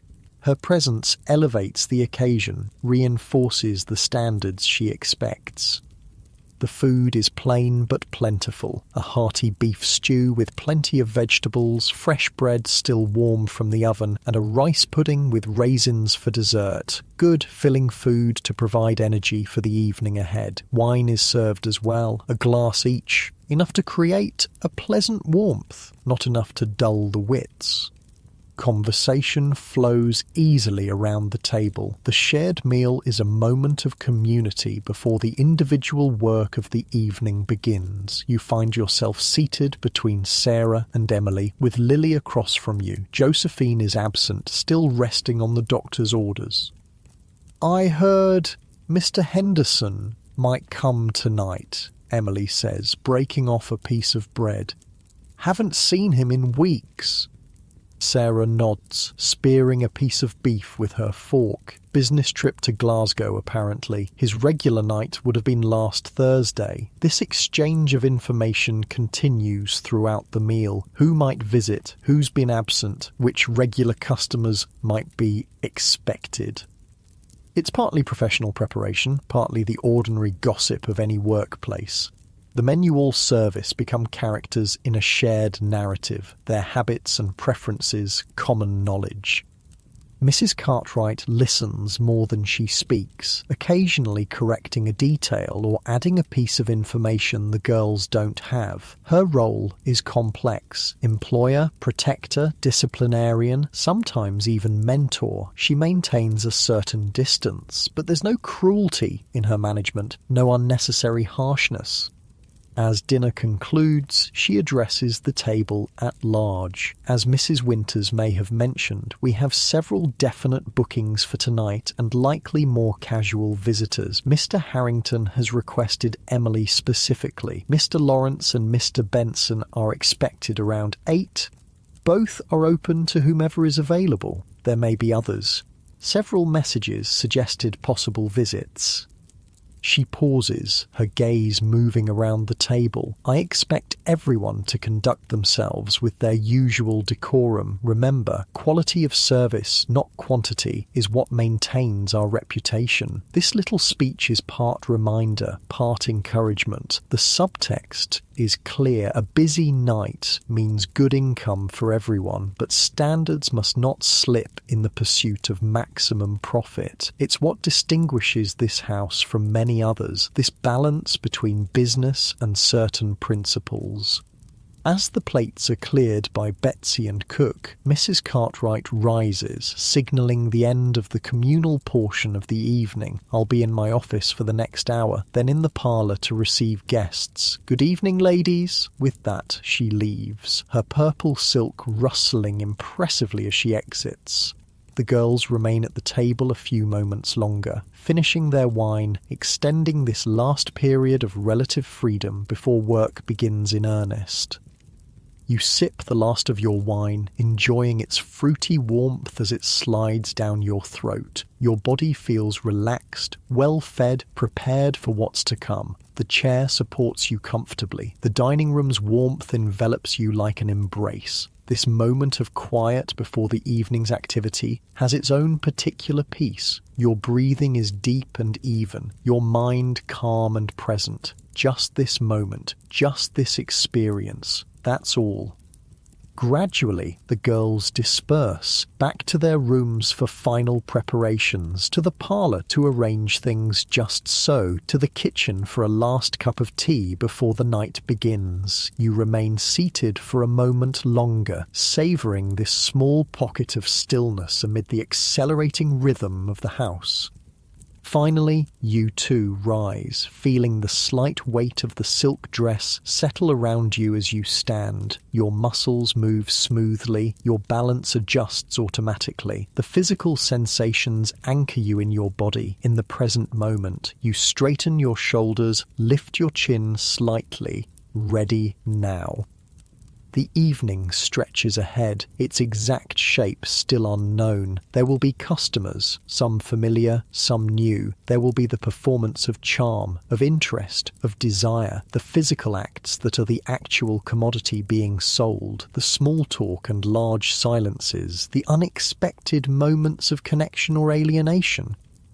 But all that is still to come. For now, there's just this transition, this movement from one state to another. You walk toward the parlour where the first act of the evening will begin. Your footsteps are measured, your breathing steady. The blue silk rustles softly with each step, a gentle accompaniment to your movement. Your hand trails lightly along the wall as you walk, feeling the slight texture of the wallpaper beneath your fingertips. Present, aware, centered in your body and this moment. Just like that, easy and calm. The parlour has been transformed for the evening. Heavy curtains drawn against the night, gas lamps lit and adjusted to create a warm, flattering glow. The fire burns brightly in the grate, dispelling the perpetual London chill. A decanter of sherry and several glasses stand ready on the small table, alongside a dish of sugared almonds and some small fancy biscuits. Sarah is already there when you enter, arranging herself artfully on one of the sofas. Her evening dress is a deep burgundy that complements her fair colouring, her blonde hair elaborately styled with small pearl pins. She looks up as you join her. "You look well," she says, assessing your appearance with a professional eye. "The blue brings out your eyes." "Thank you," you reply, settling into one of the armchairs. The upholstery is slightly worn but still comfortable, the velvet smooth beneath your hands. "Quiet still?" She nods. "Early yet. Mrs. Cartwright says the first booking isn't until 8. She adjusts a fold of her dress, smoothing the rich fabric with practiced hands. Might be slow to start but busy later. It's the end of the month. Gentlemen have just been paid. This practical observation reminds you of Sarah's background. She worked as a clerk in a draper's shop before entering this life and still has a head for figures and business patterns. It's why Mrs. Cartwright trusts her with the account books sometimes. The conversation drifts to ordinary topics as you both wait. A new shop that's opened nearby. Speculation about whether Cook's persistent cough needs medical attention. Whether the coal delivery will arrive tomorrow as promised. normal concerns, domestic matters. The kind of talk that might happen in any household.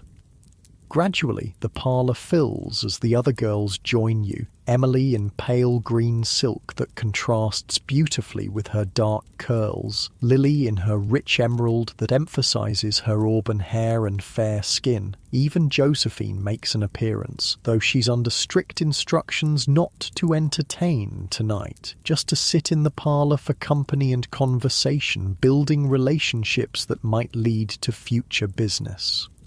Mrs. Winters brings in tea, another part of the evening ritual. Unlike the plain pottery mugs used during the day, the evening tea is served in proper china cups, thin enough that the lamplight shines through them when raised. The tea itself is the same, but the presentation elevates it, creates the atmosphere of refinement that Mrs. Cartwright insists upon. You take your cup, feeling its delicate weight in your hand, the warmth seeping through the fine porcelain to your fingers. The rim is smooth against your lips as you sip, the familiar taste both comforting and stimulating. The ritual of it, the careful holding, the measured drinking, helps settle you into the evening's mindset. Each small movement deliberate, controlled, conscious. The conversation ebbs and flows around you, a pleasant background to your own thoughts. Your body feels relaxed but alert, ready for the evening's work but not tense or anxious. The corset provides gentle support, the silk dress a pleasant sensation against your skin. You're aware of your posture, maintaining the elegant line that's been trained into you over these 2 years. Back straight, but not rigid, shoulders back, chin slightly lifted. The hallway clock strikes 8, its chime resonating through the house. Almost simultaneously, there's a knock at the front door, the first customer of the evening arriving. Mrs. Cartwright appears in the parlour doorway, her purple silk rustling impressively as she moves. "Emily, Mr. Harrington has arrived. He's asked for you specifically." Emily sets down her teacup with a small nod, rises gracefully, and follows Mrs. Cartwright out. The transaction will take place in the madam's private office. Money exchanged, specific requests noted, boundaries established. Then, Emily will escort Mr. Harrington upstairs to her room. Not the blue room of daytime visitors, but her own personal space, prepared for evening clients with fresh linens and additional touches of luxury. A small vase of flowers, a bottle of cologne, perhaps a few drops of scented oil in the lamp to perfume the air subtly. The remaining women continue their quiet conversation, but there's a shift in energy now. The evening has officially begun. Any minute, the door might knock again, bringing another customer. Another assignment. Sure enough, barely 10 minutes pass before the knock comes again. This time it's Sarah who is summoned, a regular client, Mr. Lawrence, who visits every other Tuesday with reliable punctuality. Lily leans toward you after Sarah leaves, her voice low.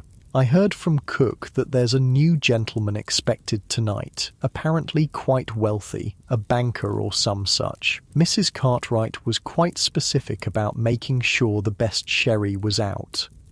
This kind of information is valuable, knowing what to expect, being able to prepare the right approach. Different customers want different things, and it's not always about the physical act. Some want conversation, some want sympathy, some want admiration. Discerning what each man truly seeks beyond the obvious is a key skill in this profession. "Did she say anything else about him?" you ask, equally quietly. Lily shakes her head. "Just that he's new to the house, but came with a recommendation from someone Mrs. Cartwright trusts." The conversation is interrupted by another knock. This time, it's your name that Mrs. Cartwright calls. You set down your teacup, smooth your skirts, and rise with practiced grace. Your muscles respond smoothly, your movements measured and deliberate. As you cross to the door, You're aware of the slight sway of your skirts, the subtle shifting of the silk against your petticoats. Each step grounded, balanced. In the hallway, Mrs. Cartwright waits with a gentleman you don't recognise. He's tall, perhaps in his late 30s, with the well-fed look of prosperity and the confident posture of someone accustomed to authority. His clothes are excellent quality, not flashy, but expensively tailored, with the understated elegance that speaks of true wealth rather than aspiration. "Mary, this is Mr. Hamilton," Mrs. Cartwright says smoothly. "Mr. Hamilton, may I present Mary, one of our most accomplished young ladies." You curtsy slightly, offering your hand with a small smile. "A pleasure to meet you, Mr. Hamilton." He takes your hand briefly, his grip firm but not aggressive. His eyes, grey and sharp, assess you with obvious appreciation but without the overtly leering quality some men display. "The pleasure is mine, I'm sure." Mrs. Cartwright makes a small gesture toward her office. "If you'll just step this way for a moment, Mr. Hamilton, to settle the business details. Mary, perhaps you could wait in the parlour. This is standard procedure. The financial arrangements are never discussed in front of the girls, maintaining the fiction that this is a social encounter rather than a commercial transaction." You nod and return to the parlour while they disappear into the office. Lily raises an eyebrow inquiringly when you re-enter. "The new one?" "Yes," you confirm, resuming your seat. "Seems the respectable type. Banker or lawyer, I'd guess from the clothes and manner." She nods, understanding the unspoken assessment. Different types of men require different approaches. The respectable ones often want more elaborate pretense, more conversation, more courting ritual, more assurance that this is somehow different from a straightforward exchange of money for services. Within a few minutes, Mrs. Cartwright returns to the parlour, Mr. Hamilton at her side. "Mary, perhaps you'd be so good as to show Mr. Hamilton to your room. I believe you'll find you have much in common to discuss." This is her way of conveying the specific requirements. The emphasis on discuss suggests he's paid for conversation as well as physical service, not unusual among the more educated customers. You rise again, moving toward him with a warm smile. "Would you care for some sherry first, Mr. Hamilton? Or shall we go directly upstairs?" "I believe I would enjoy a glass," he replies, his accent confirming your guess about his social position. Educated, but not aristocratic. Upper middle class, probably. You pour 2 small glasses from the decanter, handing one to him with a practiced movement that allows your fingers to brush against his, a small calculated intimacy that establishes the first physical connection. His response, a slight smile, a moment of held eye contact, tells you he's not uncomfortable with such gestures. The conversation begins with easy topics: the unseasonably cold weather, a recent concert at the Albert Hall that he attended, a neutral observation about the increasing traffic in London's streets. You listen attentively, responding with just enough knowledge and insight to be interesting without challenging his evident self-image as the more worldly and informed party. It's a familiar dance, this conversation. Leading without appearing to lead, creating a space where he can feel interesting and appreciated. Your body language supports the impression, leaning slightly forward to indicate interest, maintaining eye contact, offering small smiles at appropriate moments. All calculated, all practiced, yet executed with enough genuine attention to seem natural. When his glass is empty, you set your own down, still half full. You never drink much while working, and stand. "Shall we continue our conversation somewhere more comfortable, Mr. Hamilton?"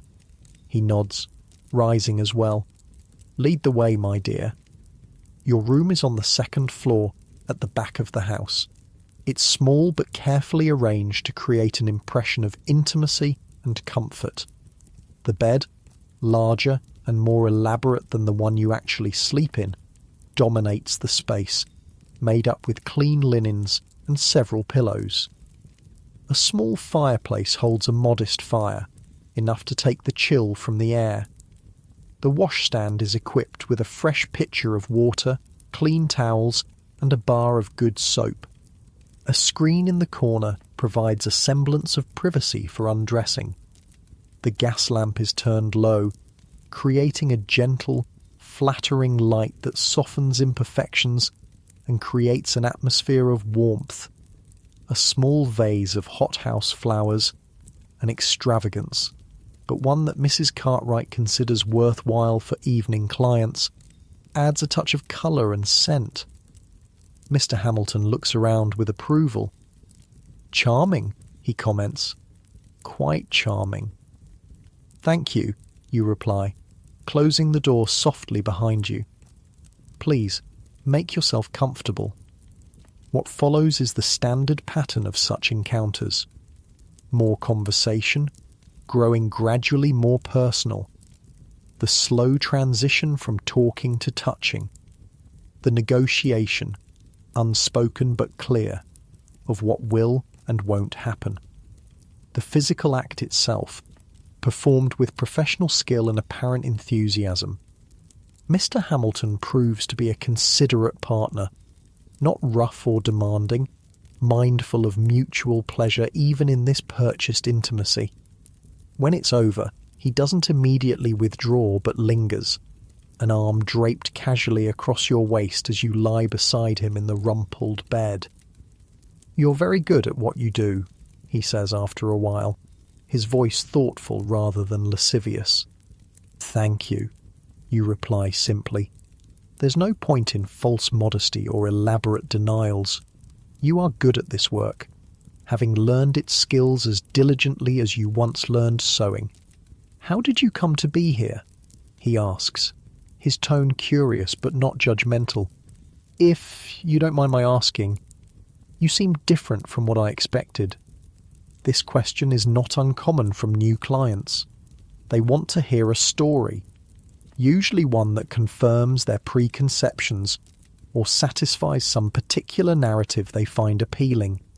The seduced innocent, the fallen lady, the secretly passionate woman who couldn't be contained by conventional society.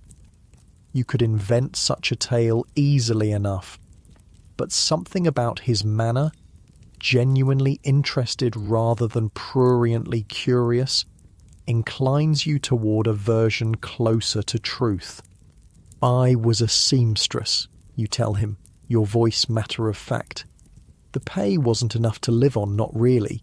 16 hours a day, eyes straining in bad light, fingers bleeding in winter, and still never quite enough for rent and food."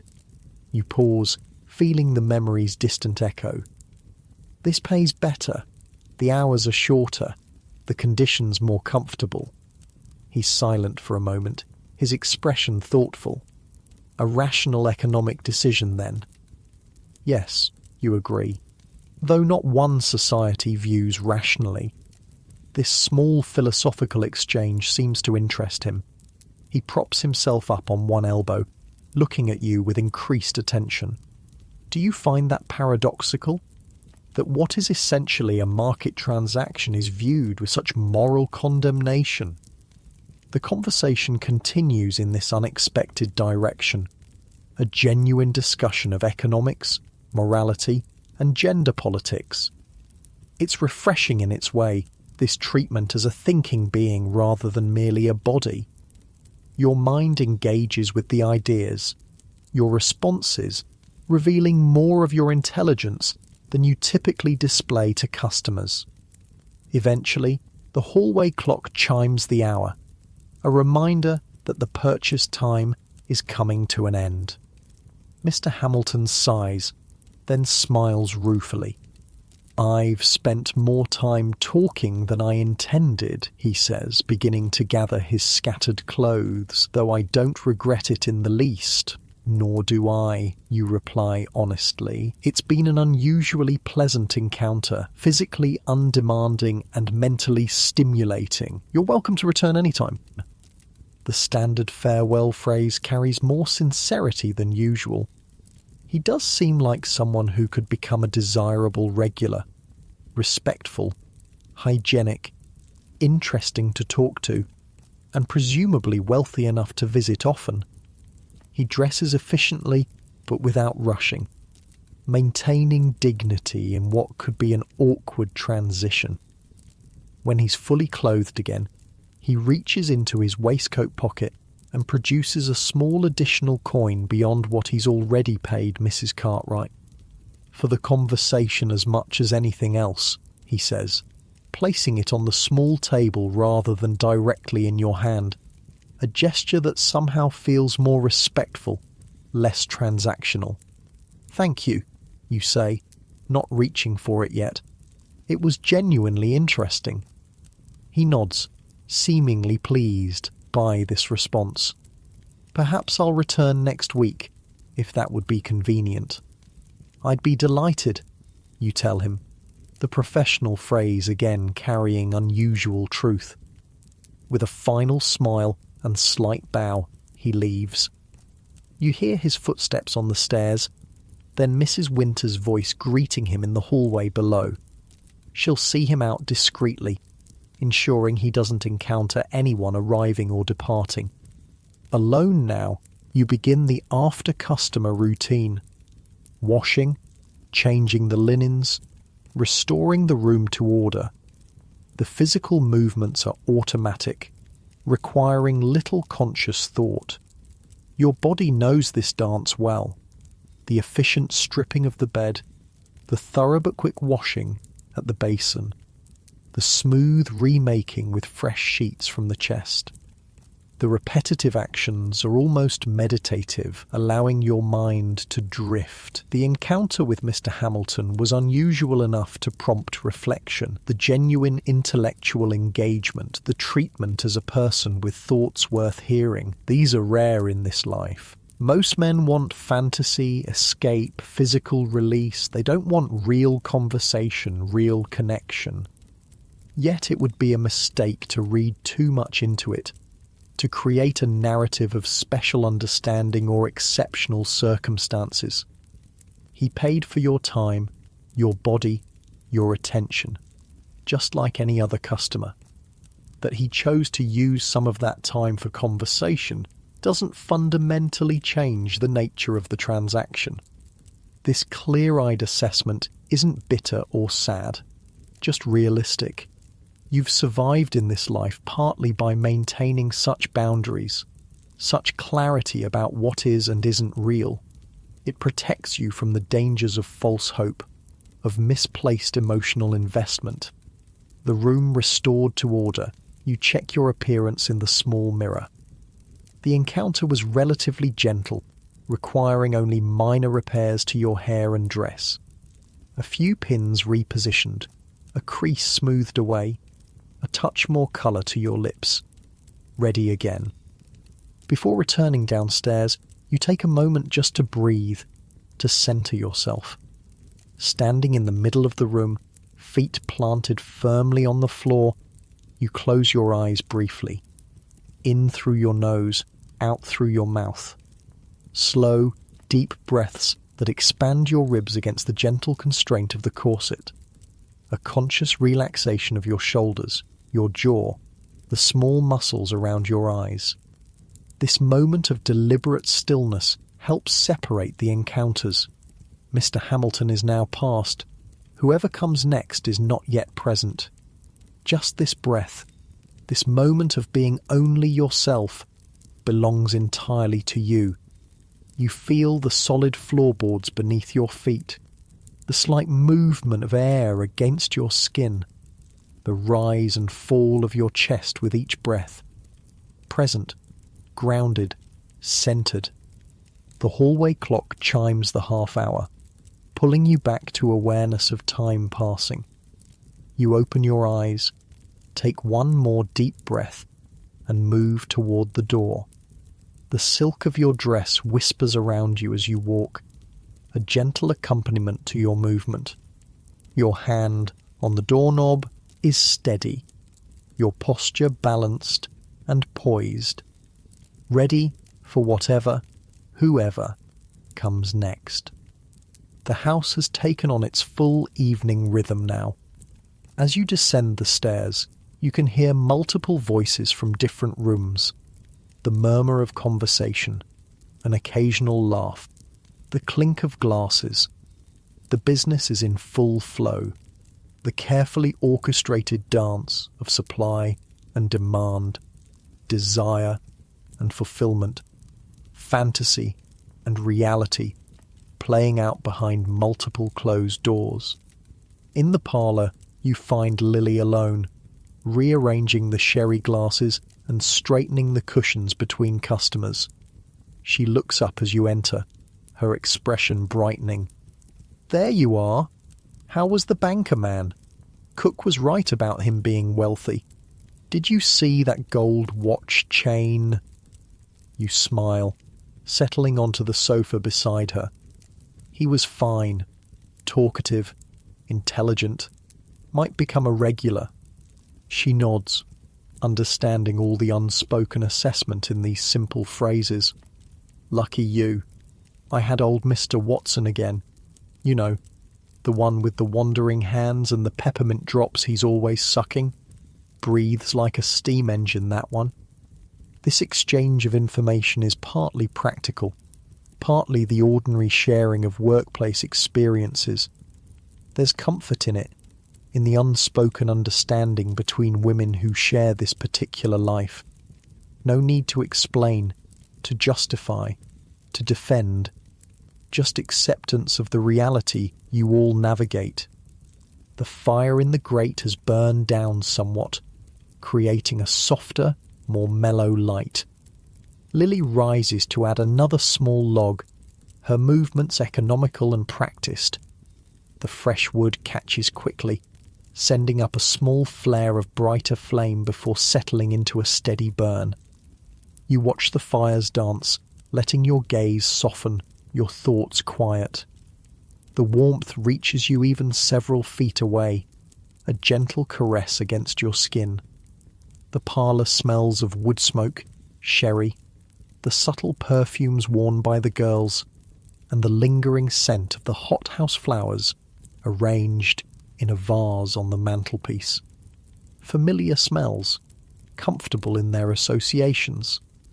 Your body feels pleasantly tired but not exhausted. The kind of physical awareness that comes from being active but not strained. The silk dress holds you gently. The corset supports without constraining too severely. Your feet, encased in evening slippers rather than the sturdier boots of daytime, are tucked beneath you on the sofa, the muscles relaxed and comfortable. This quiet moment between customers is another of the small spaces that belong to you alone. Not required to perform, to engage, to respond to another's needs or desires. Just existing, just being, in the warm room with its gentle light and familiar smells. Your breathing naturally slows, deepens, in and out, easy and calm. Lily settles back beside you, her own posture relaxed as well. "Quiet night for late November," she observes. "Weather, do you think? That rain earlier was fierce." You nod, glancing toward the heavily curtained window where occasionally the sound of raindrops can still be heard pattering against the glass. Probably, though it might pick up later. Theatre crowds and such. This practical assessment of business conditions is another part of the professional mindset. Understanding the patterns, the external factors that influence your work. Weather, payday cycles, major events in the city, all affect the flow of customers, the potential income. The conversation drifts to other topics. A new dress Emily is having made, speculation about whether Josephine will recover quickly or need extended rest, cook's plans for Sunday dinner. Ordinary talk, domestic concerns. The kind of conversation that might happen in any household where women live together. Time passes in this peaceful interlude, measured by the gentle ticking of the clock and the gradual settling of the fire. Your muscles feel loose and comfortable, your mind calm and untroubled. Just this moment, just this experience of warmth and quiet company. Your breathing synchronizes naturally with the rhythm of the house, the distant murmur of voices, the occasional creak of floorboards, the soft rustle of fabric as Lily shifts position beside you. The front door knocker sounds. Another customer arriving. You both straighten slightly, professional awareness returning. Mrs. Cartwright's voice in the hallway, welcoming whoever has come. Then her appearance in the parlour doorway, her gaze finding you. Mary, a gentleman has asked for your company. Are you available? You rise smoothly from the sofa, feeling the pleasant weight of the silk dress settling around you as you stand. Your body feels rested, ready. Of course, Mrs. Cartwright. She nods, gesturing for you to follow her to the hallway where the next customer waits. As you move forward, you're aware of the balanced precision of your steps, the gentle sway of your skirts, the deep, even rhythm of your breathing.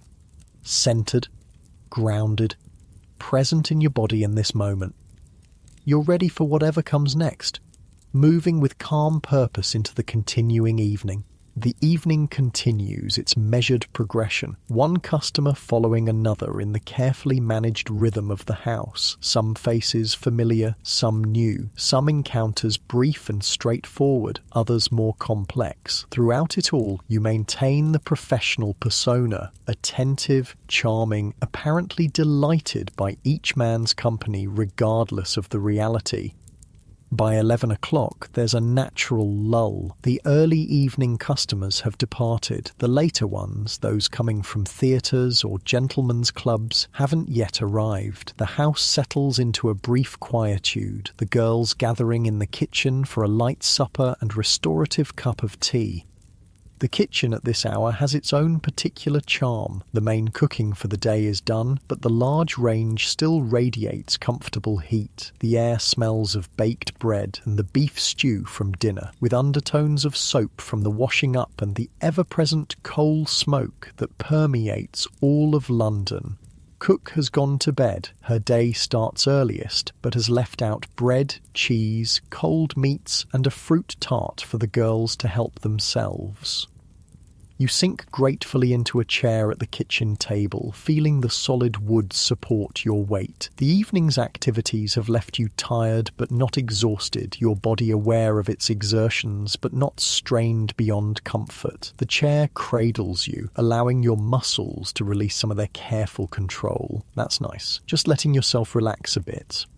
Emily is already seated, her plate bearing a modest selection of bread and cheese. Her green silk dress is slightly crumpled now, her carefully arranged hair beginning to loosen from its pins. The evening's work shows in these small details, these gradual erosions of the perfect image constructed hours earlier. Busy night, you ask, reaching for a plate?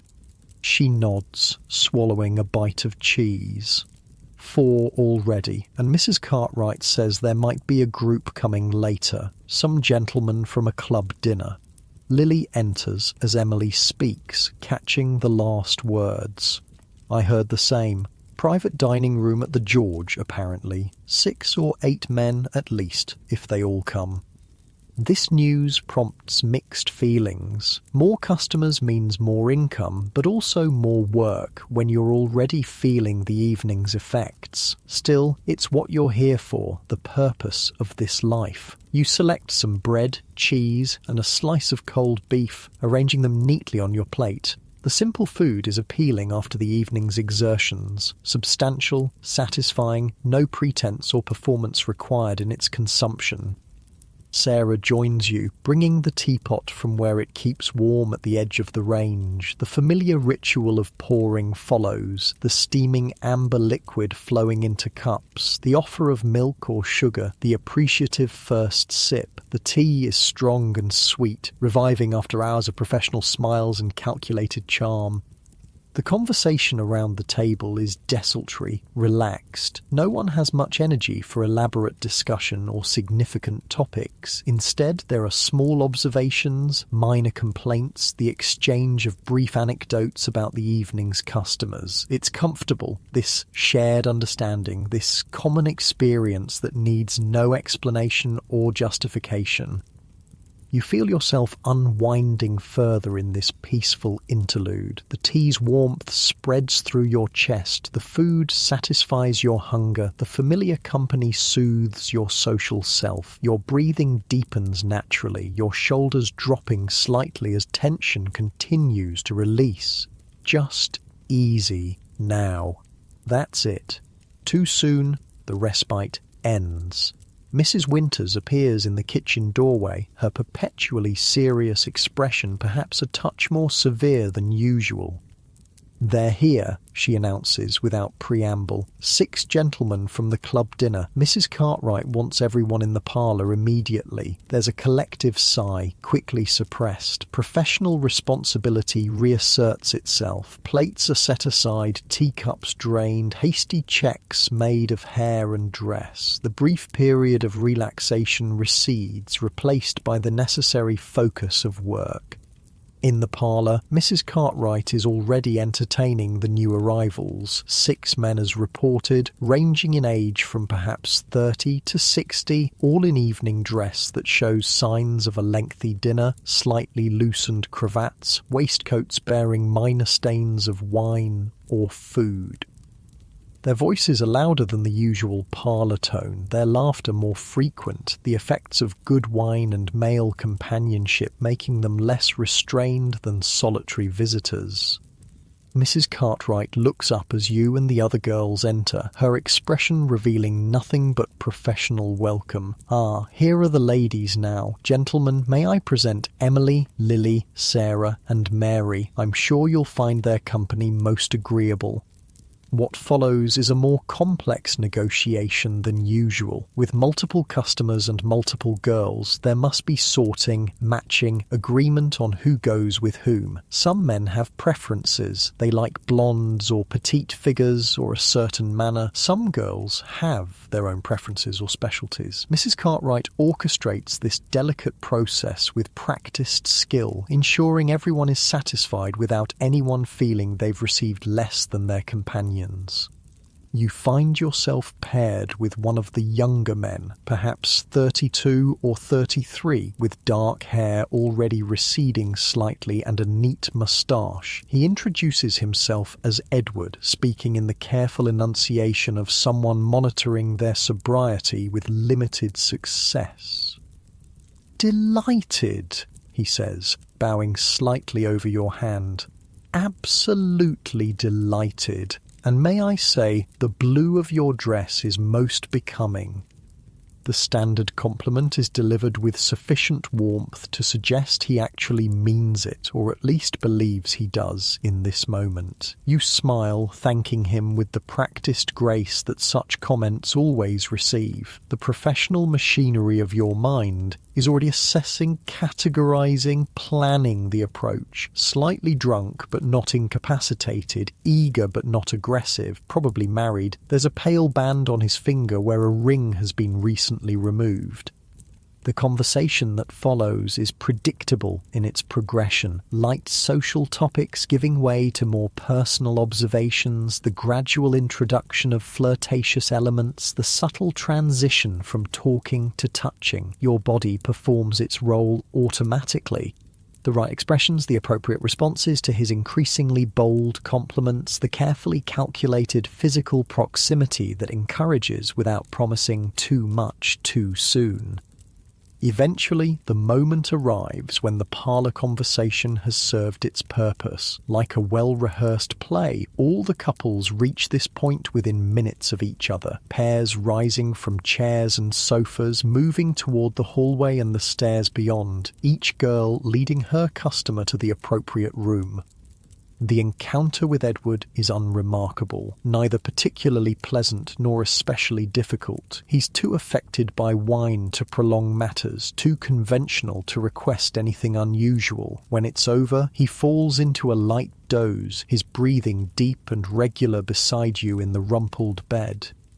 You lie still for a few moments, giving yourself this small period of rest. The room is warm from the fire and recent activity, the air heavy with the mingled scents of sex, cologne, and the lingering trace of your lavender water. Outside, rain has begun again, pattering against the window in an irregular rhythm. Distant sounds filter through the house, voices, laughter, the creak of floorboards as someone passes in the hallway. Your body feels the familiar sensations of these moments after, the slight stickiness of skin, the particular muscular awareness that follows such activities, the gradual return to normal breathing. Not unpleasant, just physical realities, the body's honest responses beneath the professional performance. Edward stirs beside you, moving from doze to wakefulness with a small start. "Oh," he says, momentarily confused. I do apologise." "Not at all," you assure him, the professional voice returning smoothly. "You seemed peaceful. I didn't wish to disturb you." He smiles, relieved by this gracious interpretation of his brief lapse. The aftermath proceeds according to the usual pattern. Brief, slightly awkward conversation, the careful separation of bodies, the methodical reclaiming of scattered clothing. You help him with his cravat, your fingers deft with the familiar knot. He thanks you with genuine gratitude for this small service, for the larger one preceding it, for the entire constructed experience that allows him to return to his normal life with certain needs satisfied and his self-image intact. Once he's gone, you perform the now familiar routine of restoration, washing, changing linens, ordering the room. The physical actions are automatic, requiring little conscious thought. Your body knows these movements, performs them with economical grace while your mind drifts in the quiet aftermath. It's been a long day, you realise, from the early morning awakening through the various phases, chores, doctor's visit, afternoon customer, evening preparations, multiple evening clients, each requiring different aspects of yourself, different kinds of attention and performance. The accumulated weight of all these hours, all these interactions, settles into your awareness as a profound physical and mental fatigue. Not an unpleasant feeling, this particular tiredness. There's satisfaction in it. Work completed, income earned, challenges met. Your body feels thoroughly used but not abused. Your mind weary but not distressed. Just the natural exhaustion that follows sustained effort and attention. The body and brain signal that rest is now required. The clock in the hallway chimes 1, morning already, technically, though still the depths of night by any practical measure. The rain continues its gentle percussion against the window, now joined by the distant rumble of thunder, a proper storm developing by the sound of it. You finish the room's restoration and check your appearance one final time. The blue silk dress is definitely showing the effects of the long evening. Small creases set in, a slight loosening of the careful fit. Your hair has partially escaped its pins despite repeated adjustments, and the subtle cosmetics have worn away to almost nothing. Still presentable, but the immaculate image of early evening is long gone. Returning downstairs, you find the parlour empty except for Mrs. Cartwright, who sits in her customary chair completing some notes in her account book. She looks up as you enter, her shrewd eyes taking in your appearance with a single glance. "I believe that's all for tonight, Mary," she says, her voice showing the first hints of her own fatigue. "The last gentlemen have gone, and I don't expect more at this hour, especially with the weather turning." Relief flows through you at these words. Permission to end the workday, to shed the professional persona, to retire to the privacy of your own true bed and genuine rest. Thank you, Mrs. Cartwright. Shall I help with anything before going up? She shakes her head, closing her book with a decisive movement. No need. Mrs. Winters has seen to the doors and windows. Cook will handle things in the morning as usual. She rises, smoothing her purple silk with automatic precision. Good night, then.